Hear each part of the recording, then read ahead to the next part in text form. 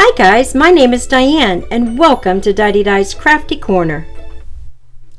Today we're going to be working on a couple of backgrounds. I'm going to do, well, there'll be 3 different videos. I recently purchased these 3 stamps. I purchased them to do my Christmas cards with this year. So I got this Stampendous flamingo. Let's see.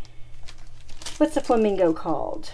The flamingo is called Flamingo Santa. And it looks like that. I got Surfin' Santa. Isn't he cute? And I did a card with him already. That's what it turned out.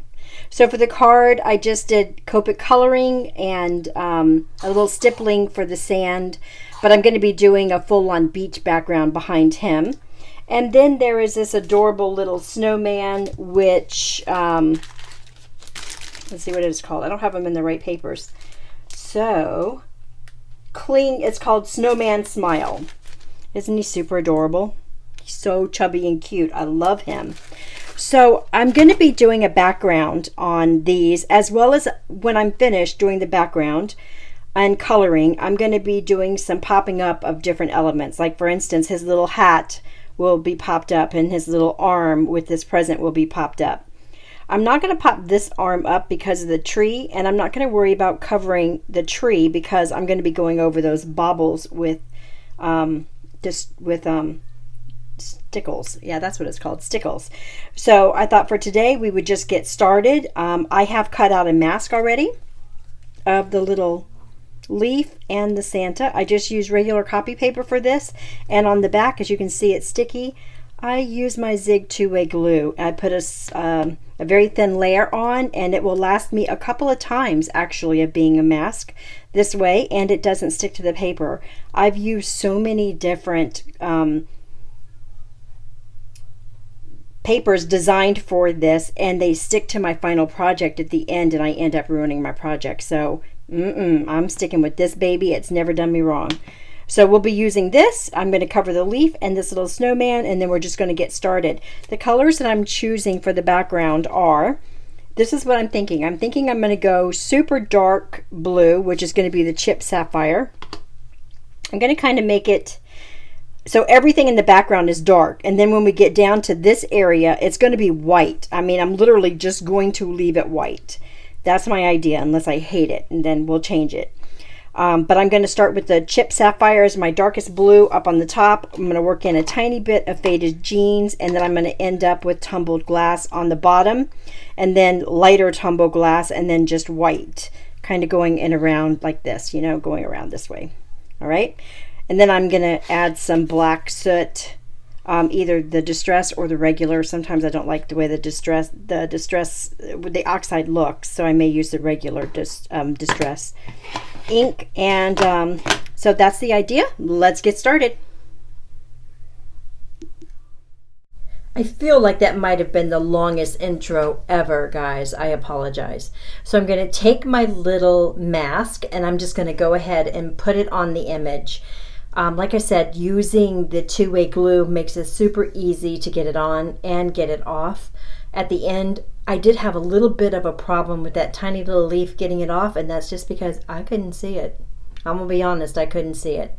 So we're gonna get these masks on. I picked out a couple of the inexpensive makeup type brushes that I picked up on Amazon. I absolutely love these brushes, guys. And I'm going to be using the Distress Oxide inks. So I'm going to be going with the Chip Sapphire. I never did use the blue jean, the frayed blue jean. So I'm going to take this dark blue and I'm just going to start spreading it on the paper. Now the cardstock that I'm using is not Nina. In fact, it's my Copic blending paper. It's that, you know, it's got kind of a texture to it. So I really probably should have used a thicker paper for this, but this was my, I originally had planned just to color this and fussy cut it out and put it on a card. This paper's not the best for blending is what I'm saying, not even with these brushes, and these brushes make blending a breeze. So I'm just taking the dark color and I'm going to put it all around the card. Like focusing it on the top but coming in from the sides, and I'm just going to keep blending this color until it's got the saturation that I'm looking for. I was looking for this to be a night sky, or a darker sky, not during the day, not bright sunlight, but I wanted the effect to be that there might be a little bit of a moon casting down on the snow in front of him, or lighting away, or there was a light or a moon or something. So my focus on this is to make the white on the bottom and the middle parts of him lighter. So trying to leave a little bit of white on the bottom and making the middle section a little lighter blue. Now, I'm sharing this with you guys when normally I wouldn't, only because I'm trying to tell all of you not to throw your stuff away.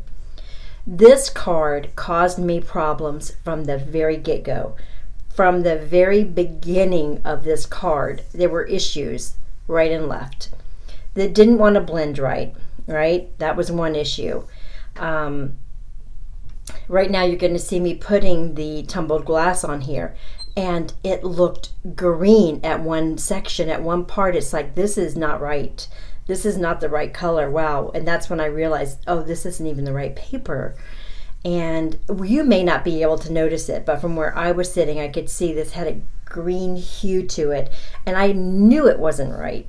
I knew something was wrong. So off camera, I cleaned the brush, and the brush had a brown underneath it, had a yellow brown underneath it, where the kids had gotten into the makeup brushes and played with them, and I don't even know what was under there, but it was brownish in color when I cleaned it. So right now I'm deciding how much further down I'm going to go, and I'm using the just a rectangle die. I really like the I'll link them below. I don't remember the name right now, but I really like this set. It's got every size that you could possibly want in there, and it's super easy, and it's not very expensive either, which is one of the reasons why I like it. So at this point I decided to carry that blue even further down than I had intended, because of that little issue on the middle where it wasn't quite the light blue that I wanted. And you can see I'm still like, is this the blue? Is it right? What's going on here? I could just tell there was something wrong, and I'm not even sure at this point I knew what it was. But the point is that I kept going. So I kept on going with the blue, but you can see where I'm leaving a little bit of white in there. On the right and left hand sides, you see me go back in with the dark blue. It's because it just wasn't blending the way that these brushes and this ink normally blend. So if you're using a Copic paper, I don't highly recommend blending on this. I pulled it off at the end. I'm not going to say I didn't. The card does look good at the end, but it did take a lot more work that I'm used to doing. So we're going to clean up the area, and then we're going to oh yeah, I forgot, I added a little bit of black. So I did come in with the black soot. I wasn't sure that I would use this particular one. I thought maybe I would use the regular Distress ink as opposed to the Distress oxide, but this darkened it up just fine. And I wasn't going to be putting a lot of water on this. If you put a lot of water on the black Distress oxide inks, it looks more gray. It really takes the color out of it.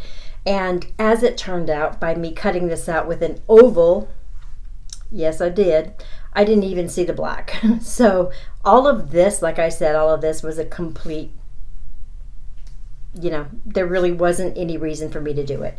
Now I'm taking my Distress sprayer. I like to use this one when I want big dots of water. So on this particular sprayer, you can spray it and you get a mist, or you can just kind of hold the trigger down halfway and you get bubbles of water, like big spots of water that will land on your project.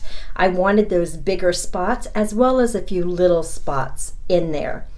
And it looks great. I didn't blot it off. I didn't do anything. It looks fantastic. So I really like that. That turned out really well.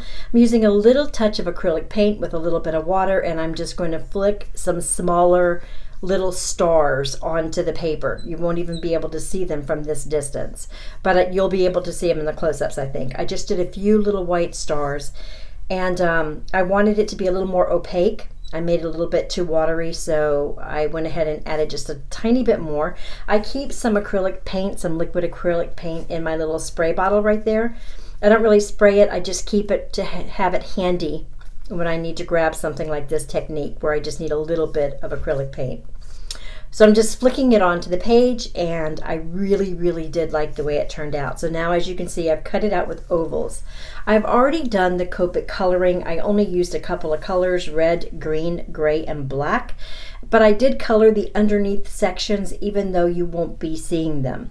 The reason I did that was so you could see the pieces underneath in case you could see the color.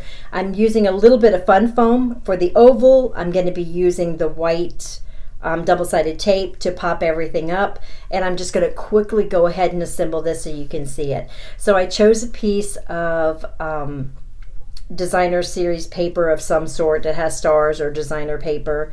And it just has some stars on it, and I thought it matched the blues. It has like a two-tone kind of star thing, and it matched the blues in the back of this, and I thought it would keep it winter looking. So I went ahead and used that. I cut out a oval one size smaller than my project, and I placed my fun foam on the back using some art glitter glue. Love the art glitter glue because it allows me to move things around. That's the biggest reason why I use it. It holds fantastic, and yet it gives me enough time to move something, which is very important for me.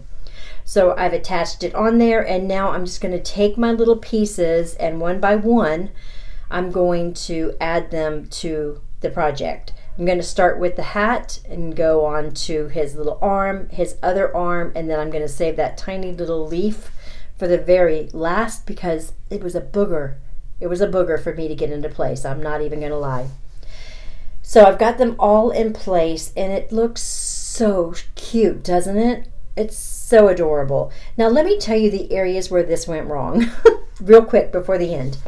The areas, I'm going to be adding some stickles. This is one of the areas where this card went wrong. The first area where this went wrong is I couldn't quite get my blacks to be exactly the way I wanted it to be. I think that hat looks fantastic, but that hat has a strip going across it that really should have been a different color. I'm going to show you how I managed to fix that because it was bothering me. I also stuck my finger in the red stickles and had to wipe it off of the berries that I did up by the holly berries, and had to start over. So good to know, right? If you ever make a mistake with stickles, you can pretty much take it off and start over. It's really easy. The other thing that happened is with the Nouveau black drops that I'm going to use here in a minute. I use the Nouveau tonic black dots for his nose and for his buttons. Originally he had 3 buttons. You'll notice in the final picture he has 4 buttons. That's because I stuck my other hand in the black Nouveau and gave him a 3rd dot, or a nice little black smudge with the Nouveau.